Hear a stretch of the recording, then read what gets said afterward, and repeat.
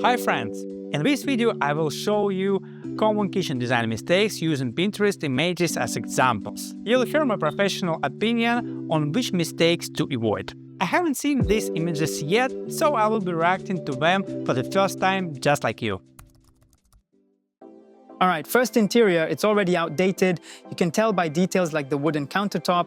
Yeah, nowadays Scandinavian interiors with wooden countertops are pretty rare, and the handles are out of style. Overall, the interior looks quite cheap. Why does it look cheap? It's actually very simple.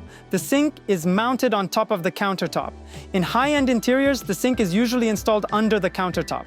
If an undermount sink isn't an option, they go for a metal one instead. It has very thin edges that sit on top. This makes it look almost flush with the countertop. That also looks good. The stove is white, and this part here is also white.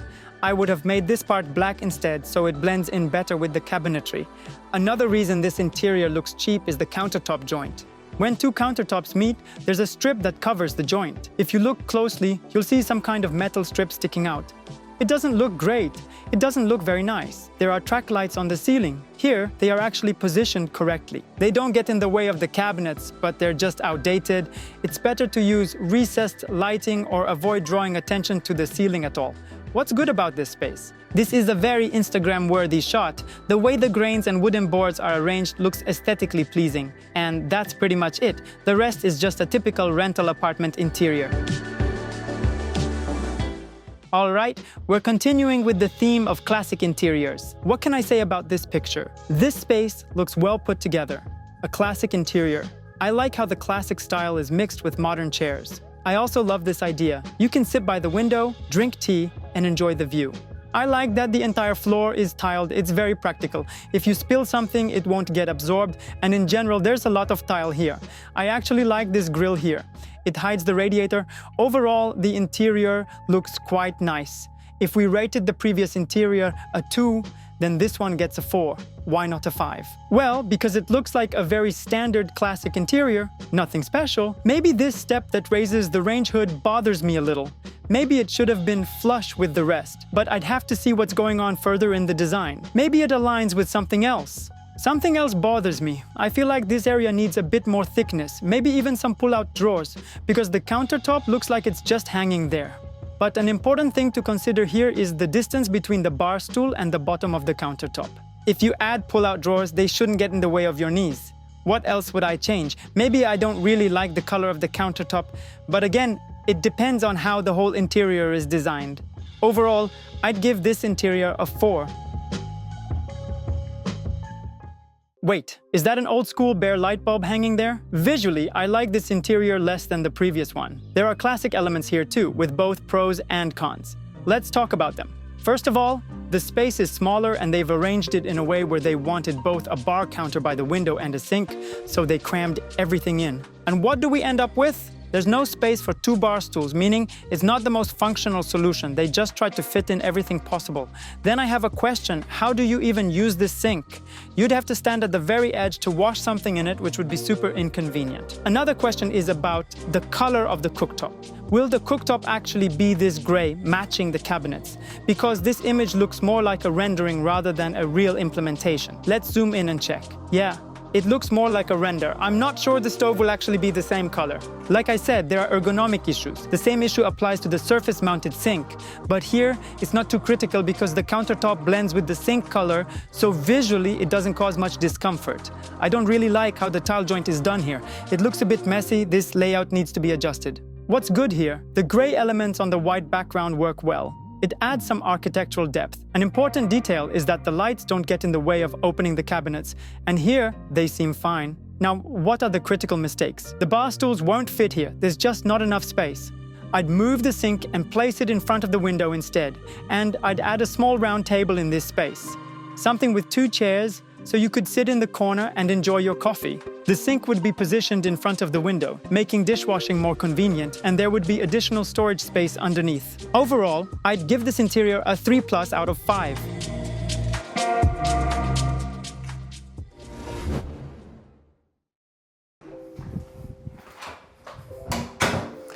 Hey friends, in case you didn't know, I'm currently setting up my apartment in Hong Kong, and right now I have a small kitchen that I need to organize. It's actually really tiny and it's super easy to clutter up. So to avoid that, I need to plan everything properly. The kitchen came with the apartment from the developer. It already has cabinets and storage in place. Now I need to put everything into a 3D model, visualize it, and figure out where all my stuff will go. I want to make sure everything fits and that the space is both functional and easy to use. To do this, I tried Coohom, a 3D visualization tool that lets you design your interior without having to buy or install expensive software. You can do it all right on the website. Another cool thing is that it has a huge library of ready-made 3D models. You can just pick an existing kitchen model and adjust the dimensions to match the design you like. Now, I'm going to finish up my model and show you how my future kitchen will look. Oh, a cat-themed interior. What can I say? The interior looks cheap, which raises some concerns. First of all, parquet flooring in the kitchen. Not a very practical choice. If you cook a lot, not all types of parquet will withstand the wear. Here, it's most likely not even parquet, but rather cheap linoleum. Overall, the interior looks inexpensive, mainly because of this corner with the sink. This is a really old design solution, probably 50 years old and hardly used anymore.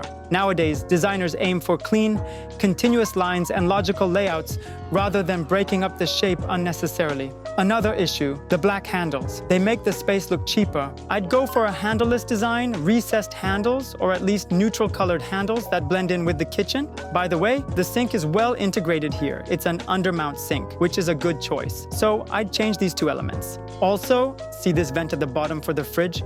It's white and it stands out too much. I'd replace it with something in a different color. As for the countertop, I might switch it to a different color, though I'm not sure which one yet. And of course, what is this? Tile? Yes, subway tile. Subway tile is quite an overused design choice. This kitchen basically needs a complete makeover, at the very least, leveling out the layout, replacing the countertop, swapping out the subway tile, and upgrading the flooring to something more premium. If this is actually parquet flooring, it looks cheap in the photo because the planks are too small. I'd go for a larger plank size and possibly lay them parallel to the shorter side of the kitchen to visually expand the space. When we want to make a space feel larger, we can achieve that through flooring. For example, if we have a room with a short side, let's take the floor of that room. If we want to visually expand the space, we can use this technique. By laying the flooring in a certain way, the horizontal lines will visually widen the short side. If we lay it the way it's done in this room, the space will start feeling more like a corridor. It will visually stretch out. This is a technique that can be used. So I'd change the flooring layout, ensure the angles are straight, swap out the handles, replace the subway tile, and change the countertop. All right, guys, what do we have here? Well, what can I say? Overall, it looks kind of weird. On the plus side, they stuck to just two colors, gray and wood tones. Since there is a turn on the left and another on the right, this design might make sense. But in that case, these elements need to be aligned at the same level. Maybe this whole section could be raised a little. It might make the upper cabinets slightly less convenient to use, but overall, it's fine. You don't necessarily have to raise the range hood higher than the cabinets.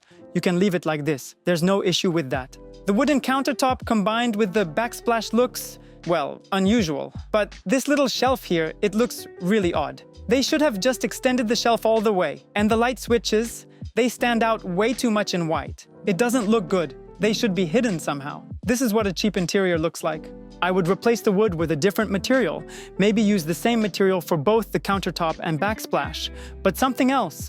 I'd also go for an undermount sink, or if it's a top mount sink, it should blend seamlessly with the surface. I also don't like the glossy floor tiles. I'd switch them to matte, although it's not entirely clear here. Yeah, it's glossy. You can tell from the strong reflections. In general, I recommend going for matte cabinet fronts instead of glossy ones. I mean the kitchen cabinets, matte fronts would look much better here. Okay, now this is something more interesting. I'd probably give this interior a solid 5. I like the range hood here. I also like that the backsplash matches the wall color and the dark wall extends onto the ceiling.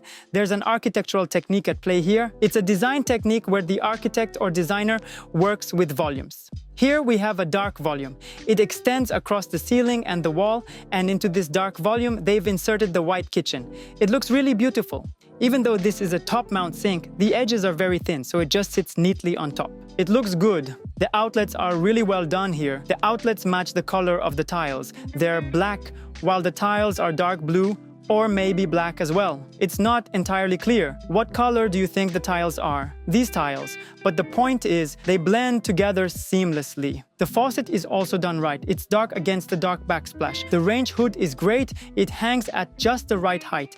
And most importantly, there's a niche. There's a niche where you can place a kettle or hide small appliances. It's a useful storage spot. Most likely, this niche won't be visible from the dining or living area, if the design is well thought out. I also like how the wall transitions into the ceiling, not just with color, but also with a rounded curve at the top. The curve looks really cool. It definitely adds an accent. This small painting on the wall is placed very compositionally well, and the handles here are done really well. See, there are no visible handles. You just slip your fingers into the gap and pull out the drawers or open the cabinets. It looks great. The same goes for the fridge. The upper left unit is most likely the fridge, and there's another niche here. This niche is also dark, highlighted by its color. Overall, the interior is very well designed. Let's move on. Okay, this interior is clearly not new, but it's very well made. I'll explain why it's not new, but still high quality.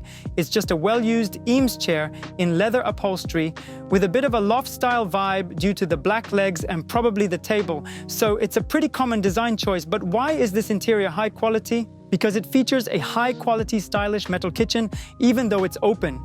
All the appliances here match the same metal finish. See, there's a Smeg toaster and a Smeg kettle here. It doesn't stand out, it doesn't break the overall vibe because it's also chrome-plated and matches the color of the kitchen. I like that the kitchen has matte chrome, it looks really strong, and I like the functionality of the kitchen because everything is on display. You can easily grab things and use them. And this doesn't create clutter in the kitchen. On the contrary, it adds emphasis because the chrome elements in the appliances and even the food processor on top, which is also chrome-plated, really stand out. All these elements blend with the chrome kitchen. It's a really cool interior. I'd give it a 5, despite the fact that the Eames chairs are a bit worn out. It still looks great. I like that there's a concrete wall here. Chrome and metal elements look amazing against the concrete, plus high baseboards and a tall cornice are added to accentuate the space. It looks great. Maybe I would have laid out the board in a different direction, but it doesn't really call for it here because there's a large board used and the designer architect probably wanted to elongate the space, creating an elongated atmosphere with the long table and extended kitchen. This was likely a conscious choice by the designer architect to lengthen the space. Let's move on. What's the problem with this kitchen? The problem lies in the sink. It stands out too much. If we ignore this sink, if it were replaced with, say, a wooden sink, which actually fits these types of interiors, it would create a more cohesive space and architecturally look pretty good, as the backsplash is made of wood, so a wooden sink would blend in just fine. The kitchen itself would look decent. Plus, as you can see, there are no handles. So where are the issues? So, the chairs are worn out. I'd change them. The TV looks odd, especially with the outlets. They're right in plain sight. I'd hide them, maybe behind the TV, or hide them in a niche down below if you need to charge a phone, and I'd put the outlets between these two surfaces. What else can be said about this interior? Well, yeah, the pipe should be finished off at the top, probably in the same chrome, and thought out so the space looks seamless. Maybe lower the ceiling and have the pipe go into the ceiling, or hide it with a wall so it's not visible. I'd prefer to visually tuck the pipe into the ceiling. And then you see, I'm not really fond of this hood. I'd maybe change it to something round that hangs from the ceiling. Also, the floor is cheap. I'd lay it in a different direction to visually widen the space. The wooden countertop is worn, but it still looks okay here because of the architectural volume it gives. It looks somewhat better. So this is a very beautiful interior. What do I like about this place? I like that the interior is minimalist, but at the same time, it has a classic element, the herringbone parquet. It combines very well with the chrome and white walls. I like that the door is hidden, but the baseboards are flush with the wall. It looks interesting and beautiful. I like that there's a door behind which most likely hides a storage system that allows you to hide all the clutter needed for cooking, storage, jars, grains, and everything else. In this storage system, the kitchen stays tidy. So when the architect was designing the interior, they clearly had this in mind, to keep the space always looking clean and minimalist, not just in pictures, photos, and magazines. So it's a really great solution. I like that it's a chrome kitchen. The only thing is, you need to figure out what material the chrome kitchen is made of. If it's actually metal and the metal is brushed, it won't leave fingerprints. But if it's a replica and made from an MDF panel meant for painting, you need to ensure the paint is such that it doesn't leave fingerprints. For example, my kitchen has a painted panel, and we spent a long time trying to find the right paint composition that leaves fewer fingerprints when you touch the kitchen facades. On average, we succeeded, but fingerprints still remain. So when you design such kitchens, pay close attention to the material of the kitchen, so that the chrome material doesn't leave fingerprints. A good choice is brushed steel. It doesn't leave fingerprints. So if you cook a lot, of course, it's recommended to use tile, but the interior is great. I'd give it a 5. So here you can see it's a small space, and what I don't like is how the tile doesn't quite go with the parquet board. Maybe the tile should have been moved there. In small spaces, it's better to use one type of flooring, as it visually expands the space. Why did I decide that this is a small space? Because you can see a piece of the sofa here, and the dining and living areas had to be squeezed into a small room. Well, the sink, yes, it blends in with the countertop here, which is fine, but ideally, I'd place it under the countertop. I don't like the backsplash. It looks like a worn wall. I might have made it black or the same as the countertop using the same material for it. The partition that divides the kitchen from the living room is fine. It's useful to separate the two zones. It doesn't close off completely, but it works. I don't like how the baseboard fits here. In this corner, I'd use hidden baseboards or no baseboard at all. For the parquet, baseboards are necessary, but you could use a cork compensator if you can trim the parquet and have even walls. Then, a cork compensator can be inserted into the gap, or you could use a hidden baseboard, where the baseboard fits into a niche and the parquet goes under it.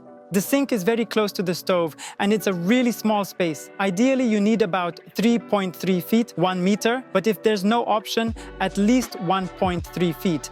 But here, there's only 8 inches, which makes it very uncomfortable to cook in this area. I'd move the sink here, for example. If you had the sink here, there would be more space. Alternatively, I'd place the sink here and the stove there, and then the extractor would go here. There would be a partition here, and as I understand it, from the living room zone, the dishes piling up over there wouldn't be visible, for example, if you hadn't cleaned them. Well, this solution is also a pretty typical interior, which was popular about 5 years ago. Overall, the interior is simple, there's nothing complicated about it, and from a volume perspective, it's well done. The only thing I'd change is the direction of the parquet. Because here, the space clearly stretches in the other direction, and I'd prefer to lay the parquet along the shorter side, correctly. I like that here there is one general volume, wood, and a second volume. Here's the first volume, and here's the second.